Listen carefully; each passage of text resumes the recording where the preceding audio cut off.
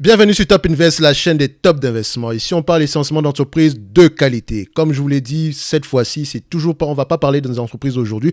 On va continuer notre tour d'horizon des états financiers. Donc, hier, on a parlé des états financiers, donc les trois types d'états financiers qu'on avait, le compte de résultats, le bilan, ainsi que le compte des flux de trésorerie, on va le dire comme ça. Donc, aujourd'hui, on va commencer par le compte de résultats. Comme je vous l'ai dit, je vais aller ligne par ligne, ok?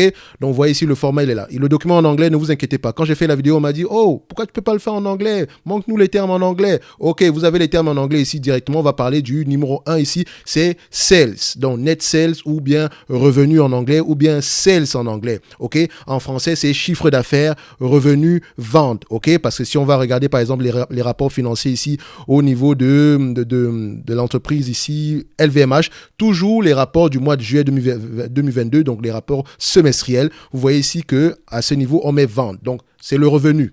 C'est également le chiffre d'affaires. Donc ici, revenu, chiffre d'affaires, ce n'est pas le bénéfice net. D'accord? Faites attention à ça. Donc, vous voyez ici sur notre tableau ici, donc income statement, c'est également, ça veut dire compte de résultats. Donc, net sale, donc revenu.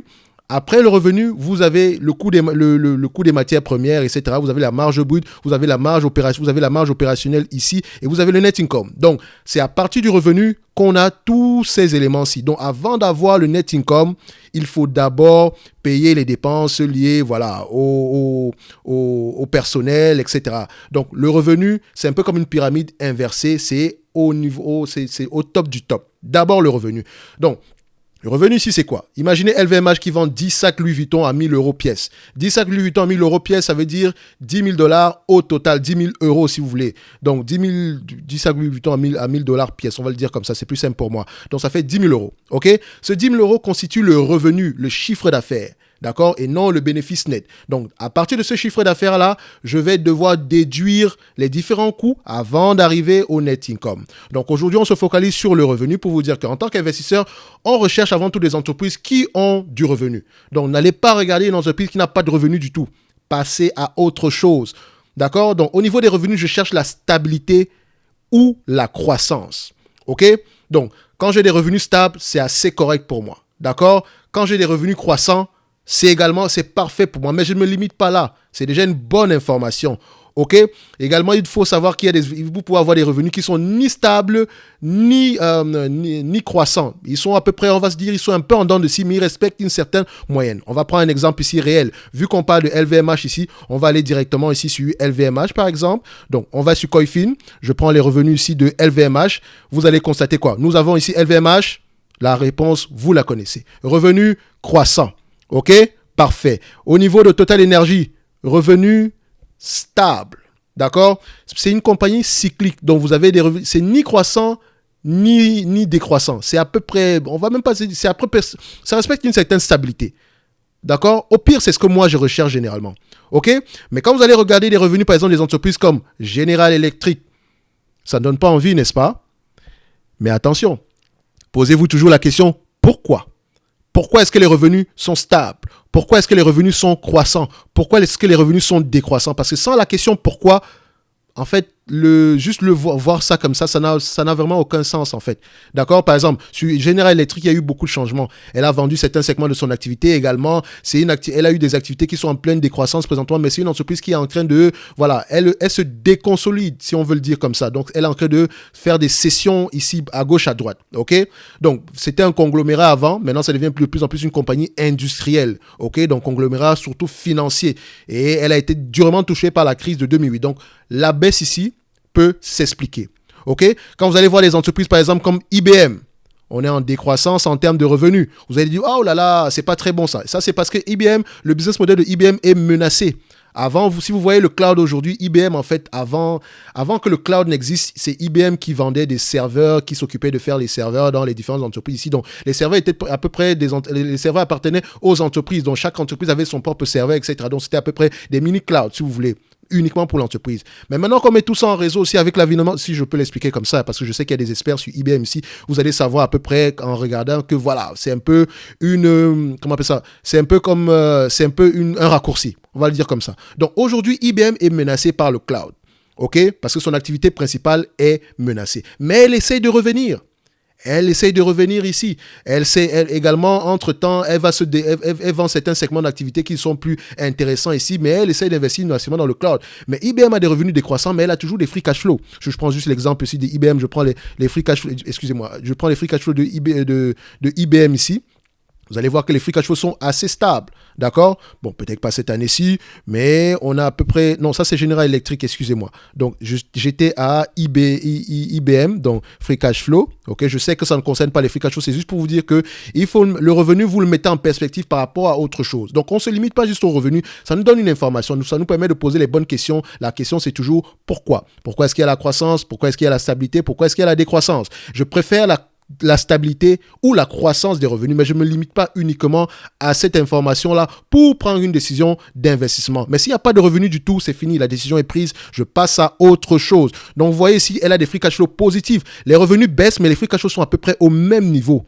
Ça veut dire que l'entreprise est de plus en plus efficiente, même quand les revenus baissent. Faites attention à ça. Donc, c'est pour ça que quand on va parler de la marge brute, vous allez comprendre que tout ça est en lien, d'accord? Il faut prendre le lien entre le revenu, la marge brute, la marge opérationnelle, la marge nette pour avoir une information générale. Donc, ici, le revenu, ici, vous voyez que le revenu d'IBM ici baisse avec raison. Et quand on regarde, par exemple, le revenu d'Intel, nous avons ici le revenu d'Intel qui est totalement croissant sur les dernières années. Si je mets par exemple sur les 12 derniers mois ici, nous avons des revenus d'Intel qui sont croissants, mais qui commencent à être décroissants à partir de cette période-ci et le marché commence à avoir peur. Parce que le marché s'attend à ce que les revenus de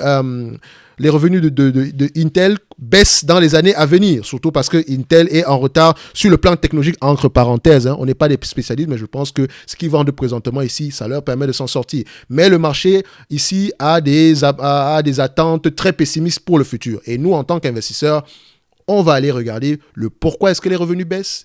Est-ce que c'est temporaire ou c'est durable? OK?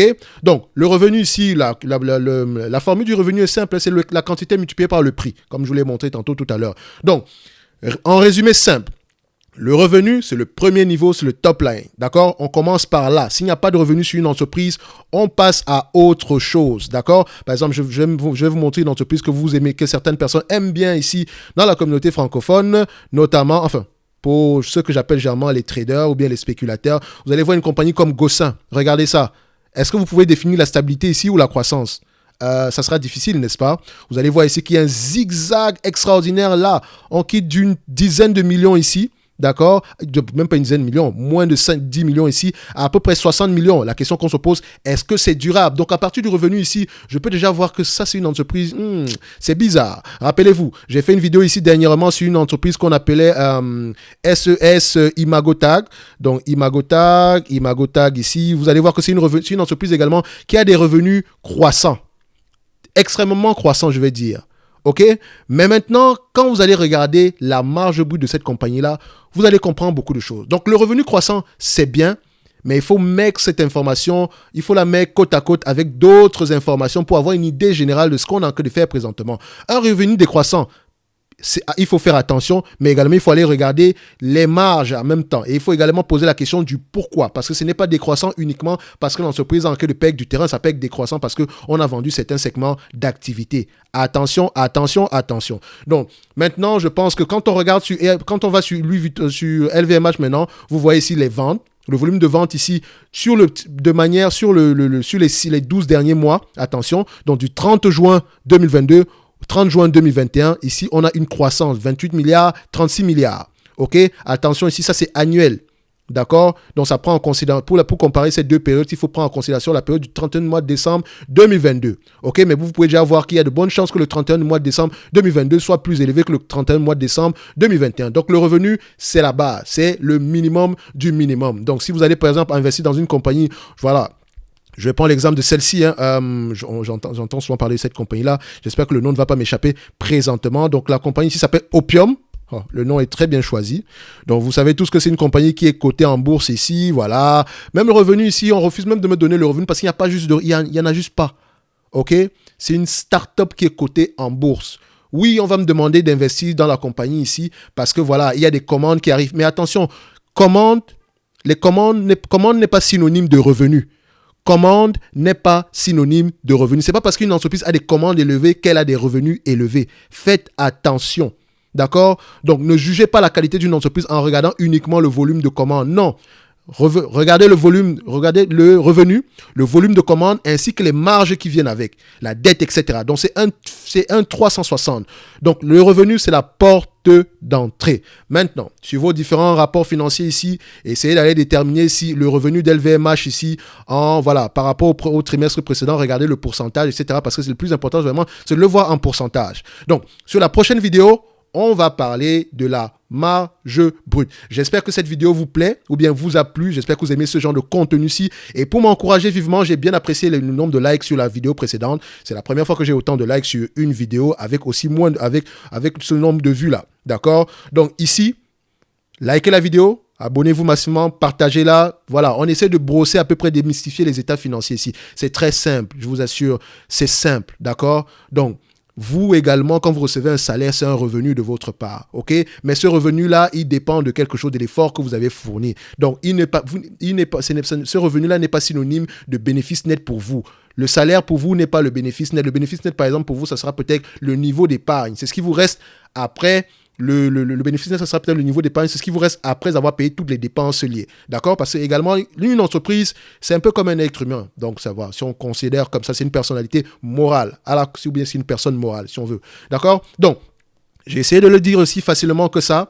Donc maintenant, les différentes entreprises que vous avez en portefeuille, amusez-vous à aller voir si les revenus sont au moins stables ou croissants. Mais maintenant, sur quelle période? Sur la période la plus longue possible. D'accord? Sur la plus longue possible. Maintenant, si vous voulez à peu près comment est-ce qu'on fait, allez-y regarder mes anciennes vidéos. J'ai parlé de Total ici. Allez-y voir sur Total. Surtout les premières vidéos sur Total. J'ai parlé de LVMH également. Allez-y voir la vidéo SES Imago Tag. Allez-y voir la vidéo. On a parlé de la marge de but tantôt sur SES Imago Tag. Vous allez voir pourquoi est-ce que ça sera important sur la seconde vidéo ici. D'accord? Donc, on se donne rendez-vous sur la prochaine vidéo. Et d'ici là, portez-vous bien. Merci.